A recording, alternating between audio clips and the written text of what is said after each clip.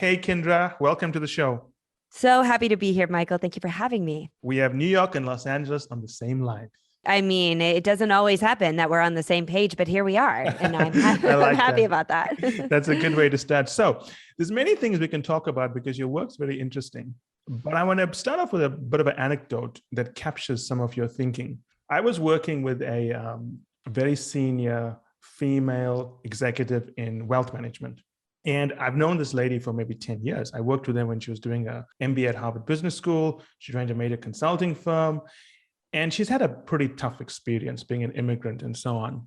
And one of the things I've noticed about her is that when she makes career decisions, she always assumes that she has to suffer first. Mm. And that's the story she's told herself because that's her life experiences. So she has condensed her life experiences into a memory that she has captured as a story. And every time we set out a plan for a career, she just assumes she's going to suffer. And she puts herself into roles where she suffers because that's the story in her mind. Mm-hmm. And then she triumphs. And I know you're a big thinker in this area, but maybe for our audience, let's start there by telling people the power of stories and why they need to understand the stories they tell themselves.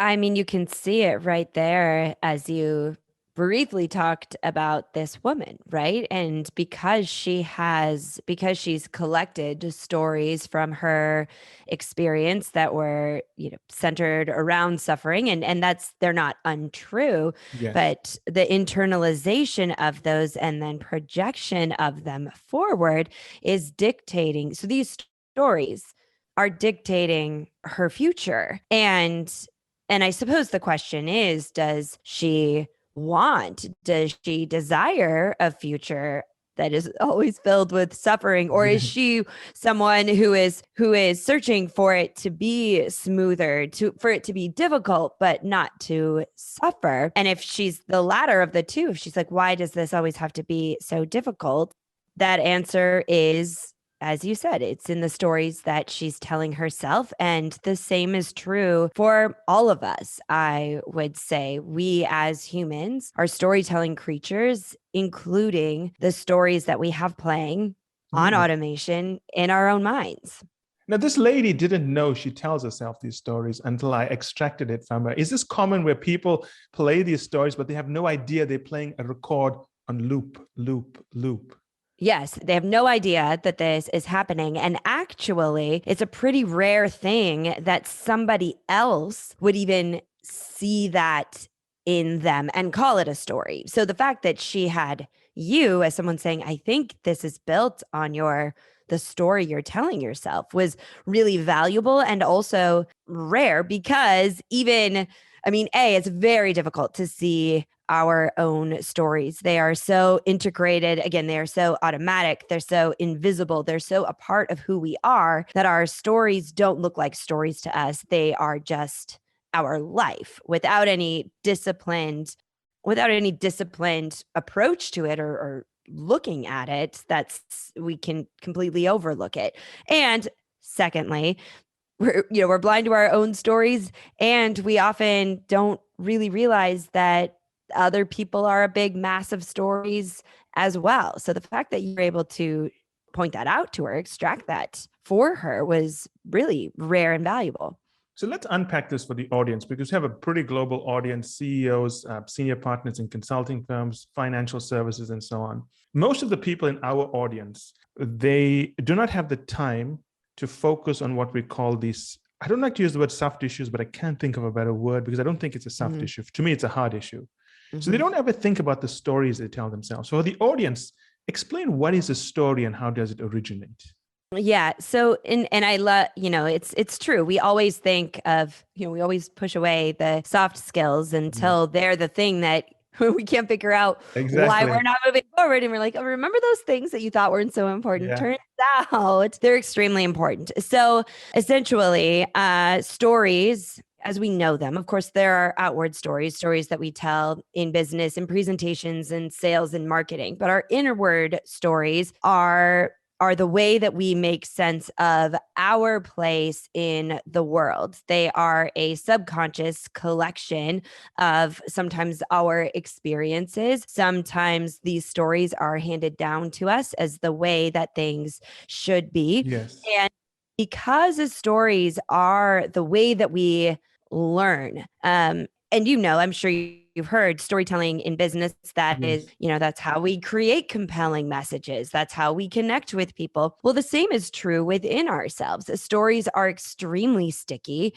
They're very memorable and they stay with us. So what I experienced even in my research as I was writing this and putting this to paper was people being shocked at the detail with which they could remember events in their life, stories in their life that were even, they were minuscule in the grand scale. They weren't shocked that they could remember their wedding day, but they were shocked that they could remember somebody making fun of them in second grade.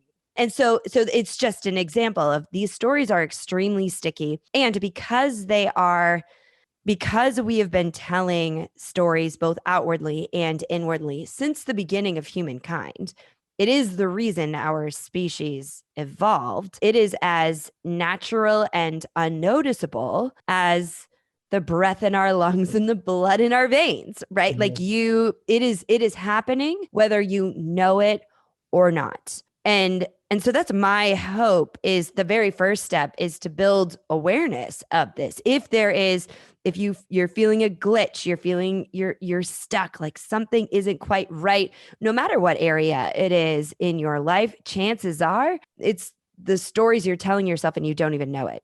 Yes, I like that. That's very important. It's a good foundation. I'm going to unpack that for the audience so they can use the valuable insights you're giving them. So firstly, something happens in our life. Right? Something happens, whether we're 5 years old, 6 years old, it doesn't matter. Something happens in our life. Based on the way we have been brought up, we interpret what happens in our life in a certain way, right? Mm-hmm. So that's like the second step. You interpret it. Then you give it some meaning. Mm-hmm. You decide it's going to mean something good or something bad, depends on the way you're brought up. Mm-hmm. And to build a memory, to take some lessons from it, you build a story around it. Mm-hmm. You then archive that story. Mm-hmm. And then every time something similar happens or it evokes a similar emotive response, you pull up that story and say, this is the story of my life. I don't need to think about it. I've been through this before. Let's just follow the story. It's gospel. Is that a good summary of what you're saying? Yes, it's gospel. And that gospel then dictates what you do next. Right. So for example, I know a gentleman who grew up and found success in a lot of different things. Like he was pretty good at school, pretty good at sports, pretty good at a lot of different things. Yes. And anytime he would experience some of this success, and remember, he's a kid, right? He'd be really excited about it. And his family would say, his parents would say, well, don't get too arrogant. Don't let your head get too big. Like, hey, don't get so confident. So, and so here he is, he's hearing this message. He can remember specific successes and exciting moments in his life where something happened and this was the message he got back. So he internalizes it. It becomes a part of his existence. And over time, how does that express how does that express in his life? And more importantly, influence the way that he behaves. And so when he needs to assert his ideas in a meeting at work, well, what does he do? He holds that back because he doesn't want to sound too confident. He doesn't want to sound whatever. And so you can watch this fits and starts that keep him at the starting line instead of progressing down the path, all because of how those stories have intertwined within the makeup of his entire psyche, and then affect his behaviors moving forward. So when I was reading your book, Choose Your Life, Change Your Story, I was actually going through the exercises because I always find that's the best way to understand the author. Mm. And I actually figured out there was a story that I used to tell myself. And I was actually very proud of the story, to be honest. And I'll tell you the story because it'll help, because I was a management consultant for a very long time. And I was actually the youngest partner ever in my firm. And I always used to work harder than everyone else. So if people were taking a weekend off, I would be at my desk in my room at 10 a.m. working until 5 p.m. Mm-hmm. And if a presentation had to be done and handed in by 11 p.m., I would work at it till about 5 a.m. I would send in a copy, work further, and send in an advanced copy. What I'd learned and what I taught myself is that I always have to work harder than other people. And actually came up with a rule for this, which is be prepared to play in extra time. You know, in a sports game, the game gets to the end, but then they have extra time. And then I glorified this and said, yeah, I'm like some warrior. I can always play in extra time. And what do you think happened to the rest of my life? No matter what happened, I always set it up such that I was playing in extra time. And what that means is I'm actually working 30% more than most people, even though I don't need to work 30% more than most people. And I turned this into something to be proud of. So a disability became something I'm proud of. And it's only when I started thinking about why do I follow this story that I realized I shouldn't be part of this. I shouldn't be telling other people this because it's my story. It's the wrong story. And I need to think about, isn't there a way to finish things faster than working 30% extra? And can you imagine how many people are proud of things that actually hurt them because they've given the story positive meaning? And I think this is actually something that never comes up in conversation. So I'm excited to talk to you about this because there was a time when that served you, right? Like that story of I'm going to outwork and you were working your way up. Exactly. And so that's the strange thing. And that's something that's really important as people begin this journey to self-storytelling, is to know the beautiful thing about stories is they do shift and change and evolve over time. They're as fluid as humans are. And so a story that served you when you were younger can turn sour over time. And that can be extremely disorienting, even more challenging than a story that has never served you, right? Because then it's really obvious, like this has always held me back. This has never gotten me where I want to go. I need to fix this story. But a story that used to serve you and no longer does, that's a lot harder to manage. But it starts as we talked earlier, with the awareness for you saying, hold on. So tell me this, did you have this realization about that story as a result of reading this book, or had you already had that realization and this message confirmed it? It's a bit of both. I'll tell you where it started. It started because what had worked for me before was not working. And I could feel that it wasn't working. I could feel that there's a disorientation in my life. All the plans, everything that I knew worked, had this blueprint for how I'd run my life, which was very successful in the past, allowed me to retire very young and so on. When I'm applying the same blueprint today, I'm tired. It's not the same energy levels. It's almost, when I was reading your book, I was thinking maybe the reason people have a midlife crisis is because the stories are out of sync. Exactly. We have solved midlife crisis, Kindra. Can you believe it? Just one podcast. I can't. It is so crazy because I was just reading a book this morning that was talking about the midlife crisis. And I made a note in the book that said that exact thing. It's when these two understandings, when the story that used to work and the story that you haven't created yet now, when they're out of sync. And that's when, and we think that everything has to change and we have to upend. But what if you were to just change what the story of what counted as success? Or what if you were to change the story to, I can get just as you said, I can get so much done in less time than anybody else does. And would that story, and then you could go back and find instances in your career where you got it done better and faster than anyone else.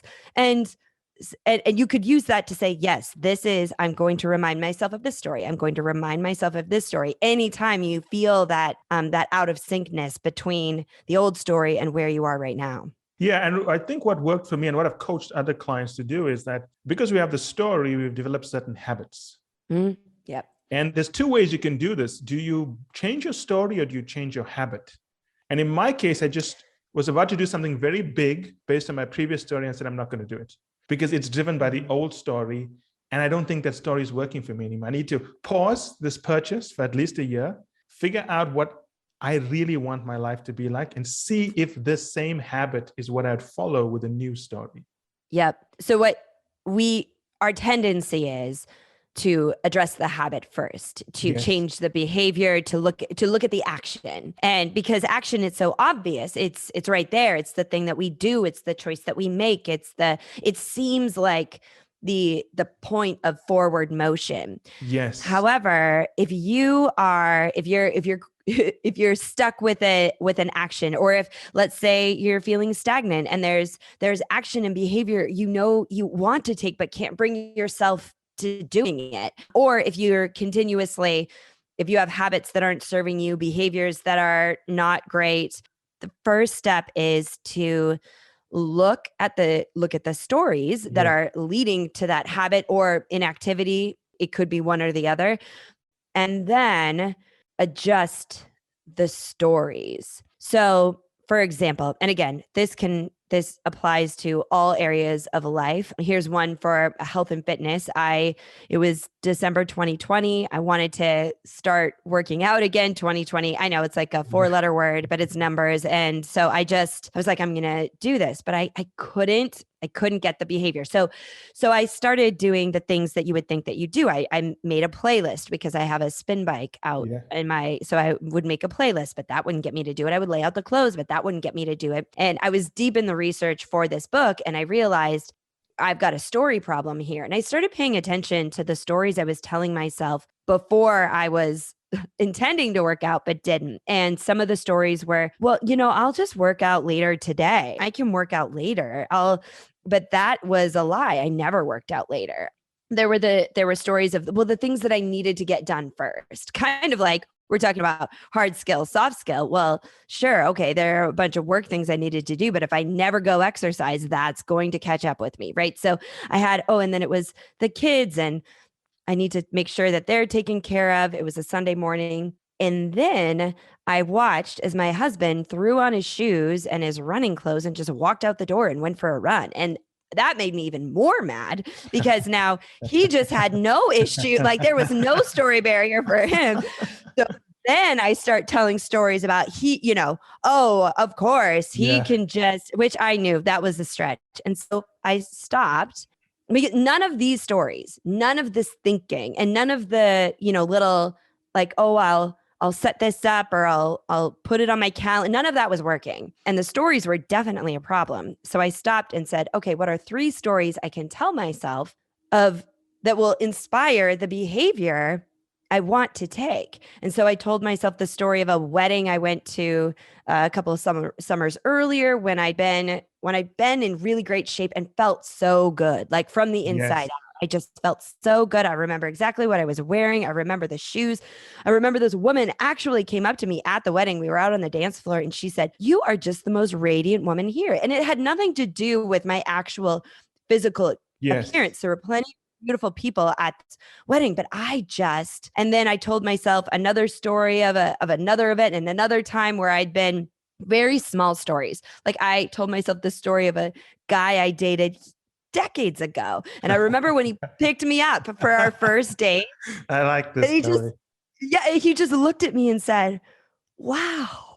And at the time, again, I had been running, I'd been swimming, I'd made myself and my health a priority, which is what I was trying to get to in December 2020. And I couldn't get there. All this manipulation of the behaviors and the actions and the habits, I was making zero progress. I'll tell you, Michael, 3 stories.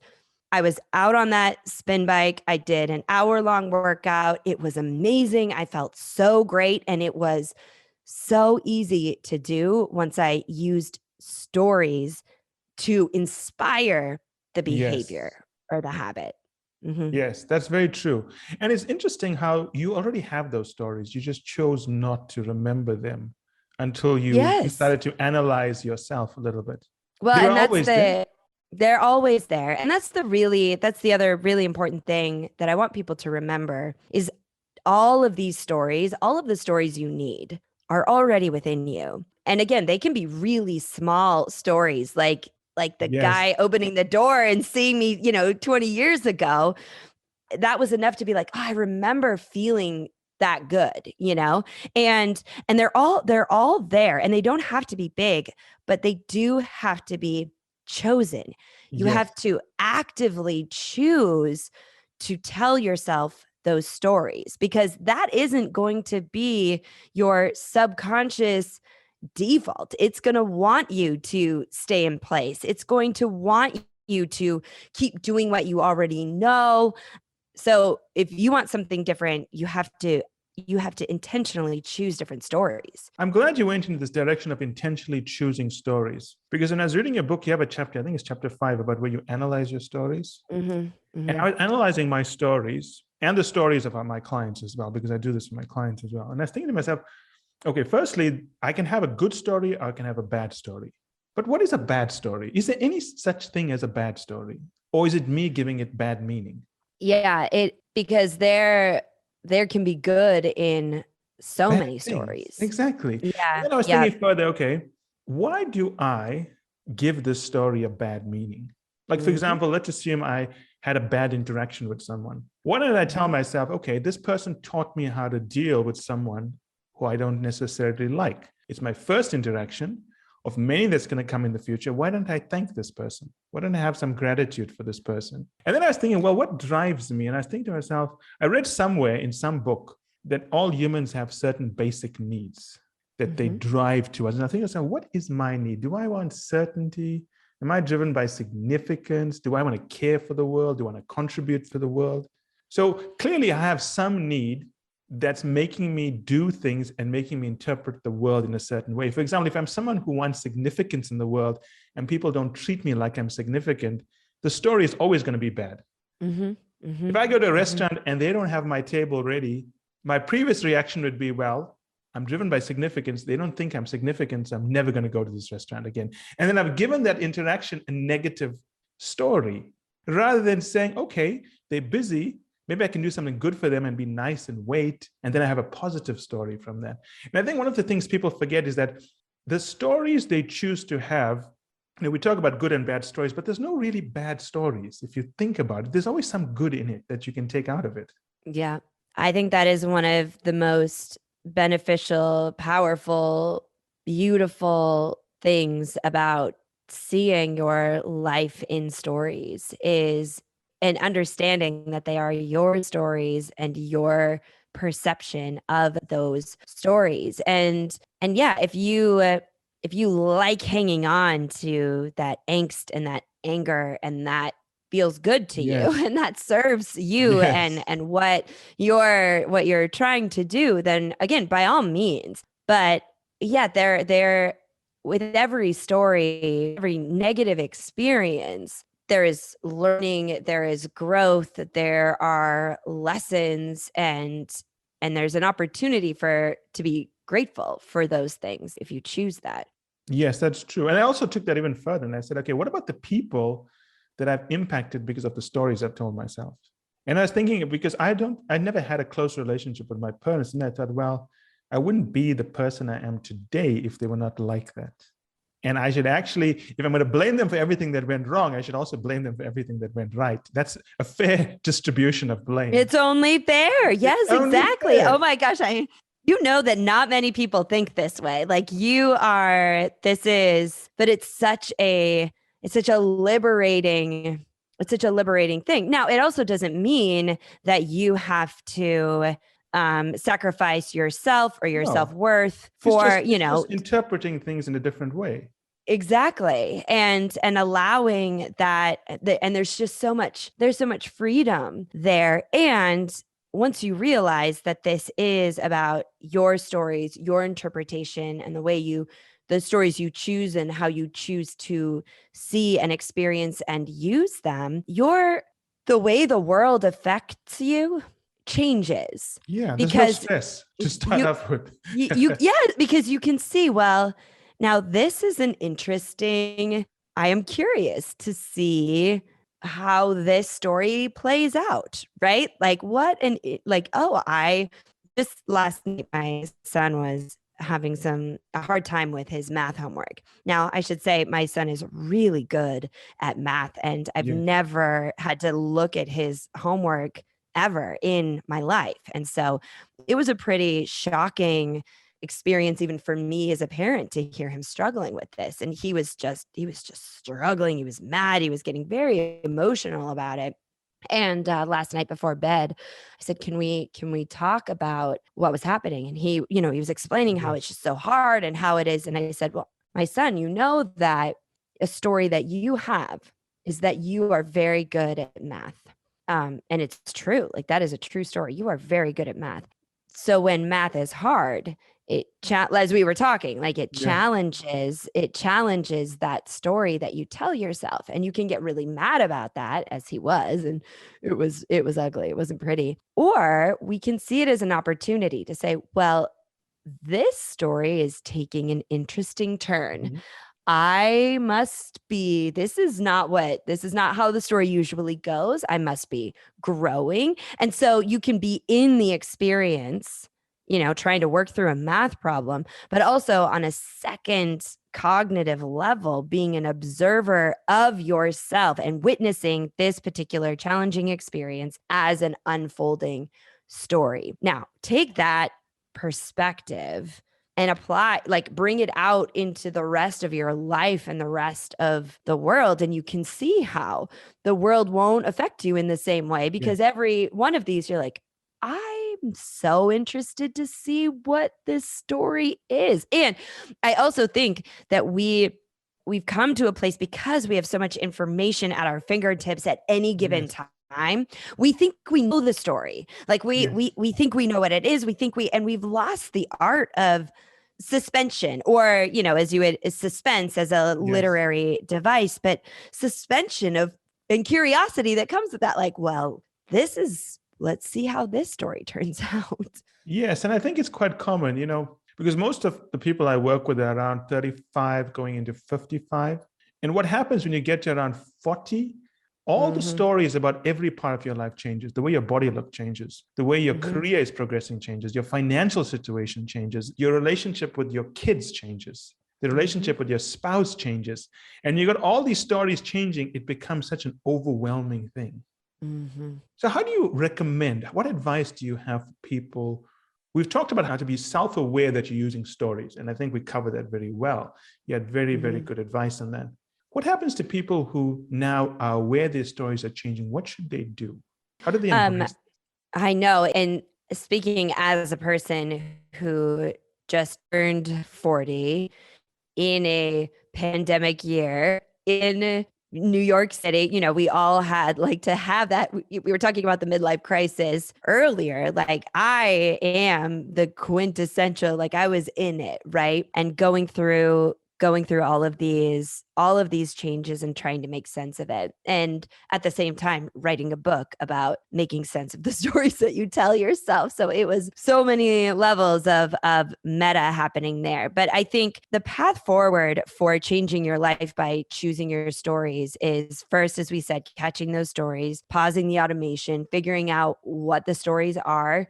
Because in this time of a lot of change, as you mentioned, there's a lot of overwhelm, there's a lot of noise. If we don't take a moment to clarify some of it, the brain loves that fog. It loves the noise, because it keeps us in one place. And at least right here, right now, we're safe. That's all the brain wants for us, is to survive, to see another sunrise. So at least we may be confused, but we're safe right here.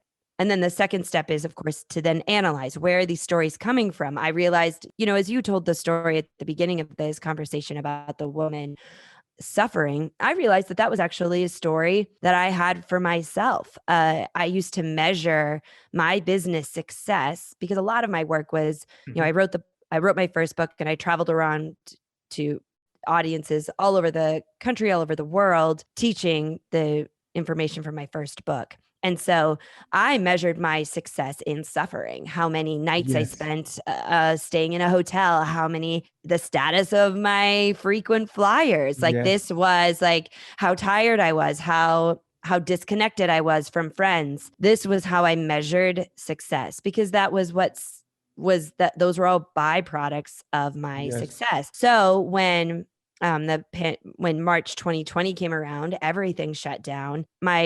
Of course, business was really uncertain right at the beginning, but as things transitioned to virtual, I ended up having my year 2019 to 2020 ended up being even, which in a world where, my entire income is based on traveling and speaking to events and we weren't allowed to do that. Yes. It was so disorienting for me, as I mentioned. And that's when I realized, because that whole time I thought I wasn't being successful. The whole time I was filming keynotes from my bedroom. I was, doing different Yes. recordings, getting paid for all of these things, just like I had when I had traveled. I carried around with me a belief that was built on my stories of what success was, that I was failing.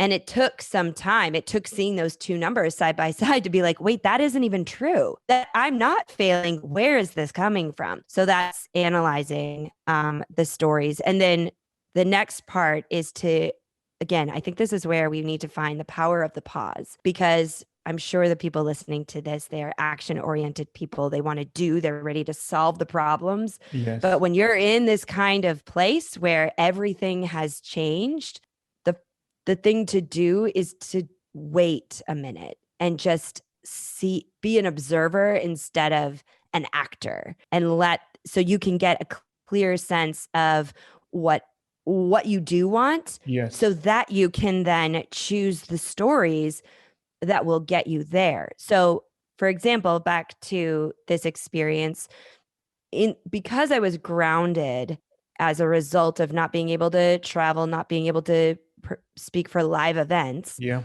I developed some really strong friendships that I'd never had before, because I could go to lunch, I could hang out for happy hour, we could take trips with all of our families. And when events started coming back and I had to start booking travel again for, as things are progressing, I was like, hold on a second here.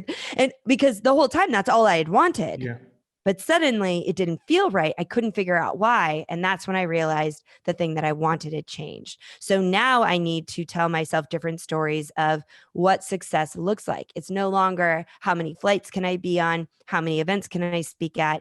It also includes how much time do I get to spend with my friends and my family. But I wouldn't have figured that out if I hadn't paused for a second and said, what exactly is going on here? Yes. And as I was reading your work, one of the things I thought about quite carefully is, where do those stories come from? And one thing I realized is, if you think about the world of management consulting, where we love to work long hours, when I was young, I worked with a team of hotshot strategy partners. They were the youngest partners, I think, ever in the firm. Very young, very successful, but they love to glorify stories of working late, of flying in the morning, working with one client, flying out the next day, working with another client. And what I realized is that it's not just the stories we tell ourselves, we sometimes borrow stories if we're part of the wrong network. And then we look at the fact that we admire these people. These are the stories they tell themselves. So shouldn't that be my story? And I was thinking about that today, because I've become friends with a group of guys, and we always go to the same restaurant overlooking the beach. And then I realized to myself, hold on a second, what kind of stories do these men tell themselves? Do I want my life to be that story? And then I said, hold on a second, I do not want my life to be this story. And if I stay friends with these people, that's going to be my life. And that was a very interesting thing, because we don't realize the significance of the story and where it originates from. We always think it's us and our interpretation.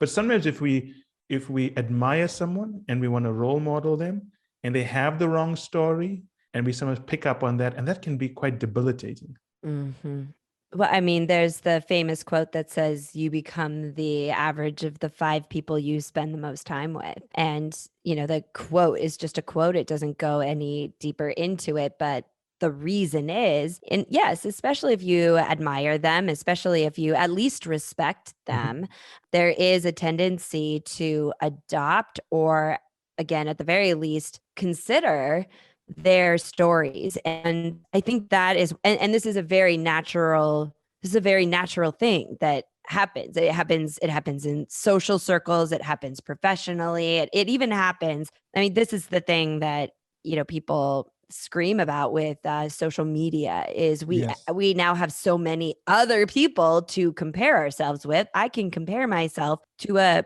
legitimate celebrity superstar because her picture is right in the feed next to my Yes. picture. Like, why aren't I the same as her? And look at, she's so much better. So again, this comes back to now there are times where using someone else's story can become motivational for you. Yes. It can become the story that helps you to keep going, that helps you overcome self-doubt. But when you feel that this story is souring, it's making you feel a little bit worse. If they're all glorifying stories of working late, and you're like, I don't really feel like I want to do that anymore, but that seems to be the right story. So maybe right? Like if it starts to make you feel bad, or even worse, if it starts to influence your behavior so that you start taking action that isn't aligned with your ultimate goal, that's extremely problematic. And so again, being aware of that all of this is happening. So you have all of your stories, they have all of their stories, each individual, and how our stories all interact matters a lot. And especially for each one of us individually, it's really important to curate the stories you're taking in. Now, to this group of friends that you have, I would It's had to this group of friends, that you had, I would say that if there were things that you enjoyed about them, if there were aspects of the relationship that did fuel you, like maybe they were really good at making time for leisure, and the role of leisure in someone's life, they had really great stories of leisure, and you're someone who's struggling with overworking, some of those stories might be good for you to spend some time with. But, when it becomes toxic, then that's when it's time to go. And it's interesting you brought up the social media example, because we always hear the terms echo chamber. But what is an echo chamber except it's echoing the same story? And that's why we if we like the story, we want to be with other people who like the same story and propagate the same story, so we feel good because we're part of a similar tribe.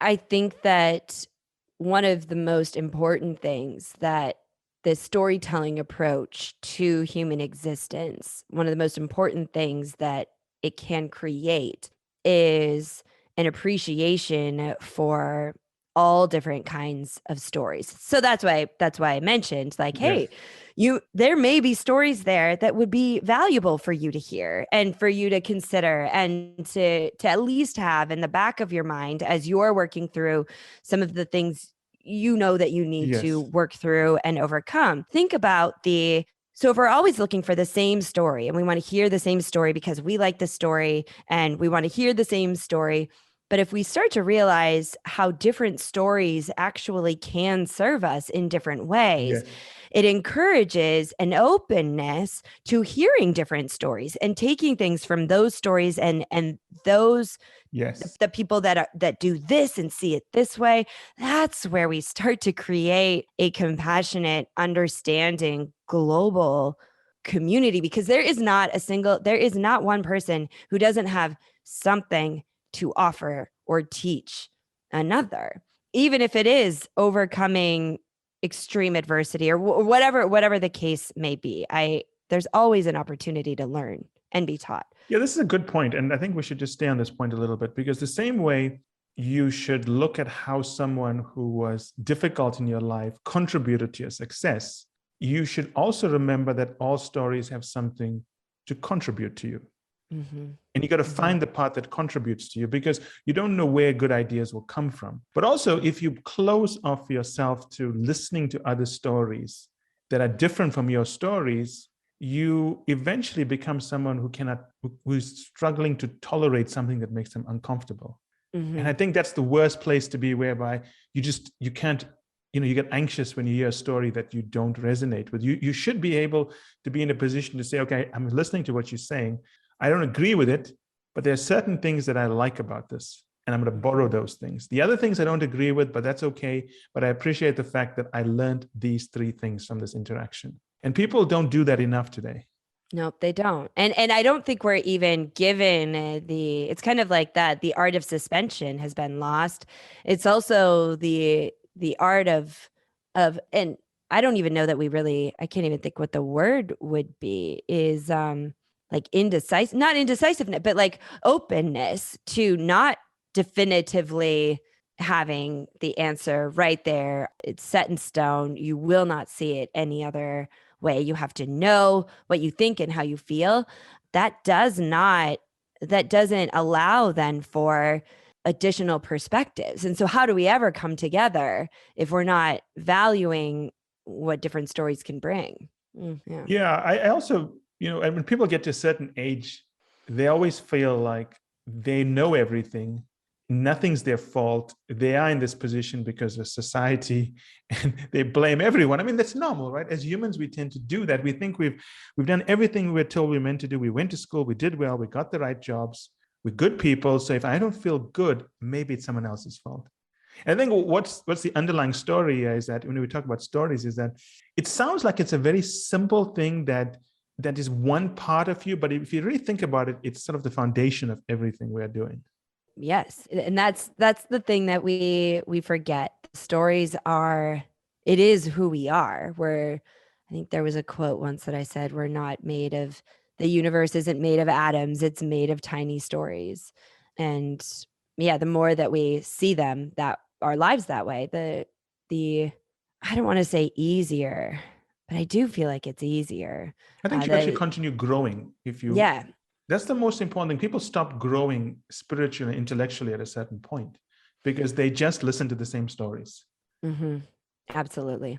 And growth is the most important thing because you can have all the money in the world, you can live a very nice life, but if you're not growing spiritually and intellectually, you feel something is wrong. Mm-hmm.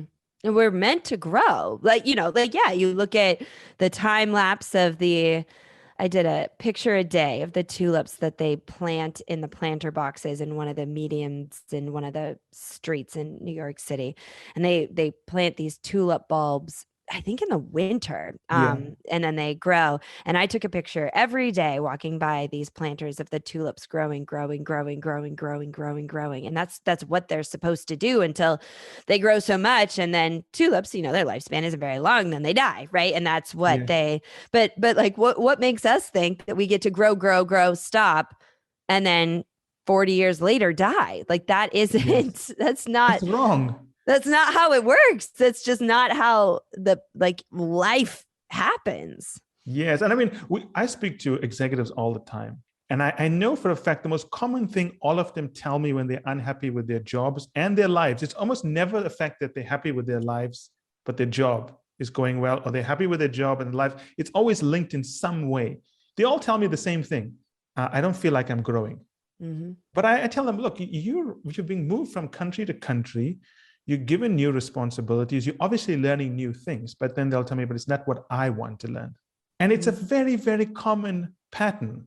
When people feel they are not growing, they're automatically unhappy, no matter how much they paid, no matter how much they will be paid, no matter where they're living, what car they're driving, no matter how much money they have in the bank account. And it's a story that they tell themselves that, well, this is it. I can't do anything more. If I look at every other executive, they've reached this point. It's my job to retire and go fishing. And it's a story they've told themselves that they can't grow anymore. It's such an interesting, because if you think about the crux of that statement, the kernel right there is that, well, that's not the kind that it's the judgment of growth. Yes. It's the judgment of growth. Exactly. Well, that's not how I want to grow. Well, that maybe you don't get to choose how you grow. Like growth is, so in this case, if your lack of growth is what has become your limiting belief, and it is what is making you miserable, it's what keeping you from whatever it is you desire in your life, then that's the time to go and take a look at the last week, the last month, the last 3 years, whatever it is, and find instances of you growing. And retell yourself those stories without the judgment of, well, that's not how I wanted to grow, but to be, because the problem here is I'm not growing. Well, these are stories of how you are. So even that right there of wait, Imagine, because when you're a forward thinking person, when you're, highly motivated, we often don't give ourselves credit for our stories. So that's one of the most important pieces Yes, of this I is like that. going back and giving yourself credit for the growth you've experienced. Again, remember, we don't see our stories as stories. We just see it as a life. And so if you're someone who's stuck right there, pause, go back, go back and look at your calendar from 5 years ago or 3 years ago and look at what you were doing. I guarantee you what you were doing on your calendar 3 years ago is different than what you're Yes. doing today. And you've grown. You haven't moved backwards. You've just not given yourself the credit for the growth or recognized the stories of growth for what they are. Now at least you aren't bogged down with, I'm not growing, because that's not true. Okay, I've grown. And I want stories of me growing in this way. So then when you move forward, you can start, you can see at least where you are, have more clarity on where you are. And then as you look to the future, say, in 2 years, I want to be able to tell these stories of what I've done. So I am going to take action with the hope of collecting stories that have this kind of feel to them. Yeah, I think that's right. That's very useful advice. I also think that if you feel you're not growing, nobody is stopping you from making the changes to grow in the way you want. Yeah, that's also, that's not. no one's No. got you shackled to your desk and saying you must only work on these 10 items every day. And if you find a way to grow in your new job, we don't want you to do it. No one ever says those things. Nope, that's not But true. again, it's an example of a story Yep. that we tell ourselves to prevent ourselves from doing what we want to do. Yeah. And then you're like, because that becomes an external reason for It's a the thing that you convenient don't have. excuse. I use the term convenient excuse. Yep. A lot of stories we tell ourselves are basically convenient excuses. It's a self-soothing way to prevent ourselves from feeling bad. And you know what? Sometimes, Michael, I will say that sometimes you need to sit in that story for a bit. If things are all upside down and you need a week to sulk and think that you need a day, whatever you need, sometimes it's okay to let that story play out, even though, but the key is be aware of it. Be like, you know what? I know this isn't true, but right now I just want to sit here and feel like the entire world is against me. And tomorrow I will find the reality of the stories. But again, it takes that, you have to know what it is. And then I would venture to say, once you put that name to it and see it for what it is, you're not going to want to stay there very long. Nobody does. Yes. And our CEO, who's a very brilliant lady, always says this in a meeting. She says that the past never happened. You only have memories of it. And you choose to decide how you're going to remember it. But it didn't happen. It's all gone. It doesn't exist anymore. Everything that happened before in your life is only a memory in your mind. Mm-hmm. And the way you remember that is through a story. So you decide how you want to remember it. And I like that advice, because sometimes you get so caught up in something that failed a year ago, 5 years ago, and you create these burning, stressful situations. Mm-hmm. And it just holds you back. Kindra, thank you so much. That was one of the best podcasts we've done. I really enjoyed it. I think our audience is going to love it. You have a great way of teaching fundamental things. Well, this was one of my favorite conversations. So I really appreciate it. I'm loving the work that you do. Thank you so much for having me. We should have had some red wine on the call. I know we should have. We should have. Yeah. Well, we can now. I mean, it's still pretty early there, but I'm sure we'll have a follow-up conversation. So then we'll definitely get some red wine. Okay. That sounds good. Thank you so much. We'll be in touch. Thank you. Take care. Bye-bye. Bye.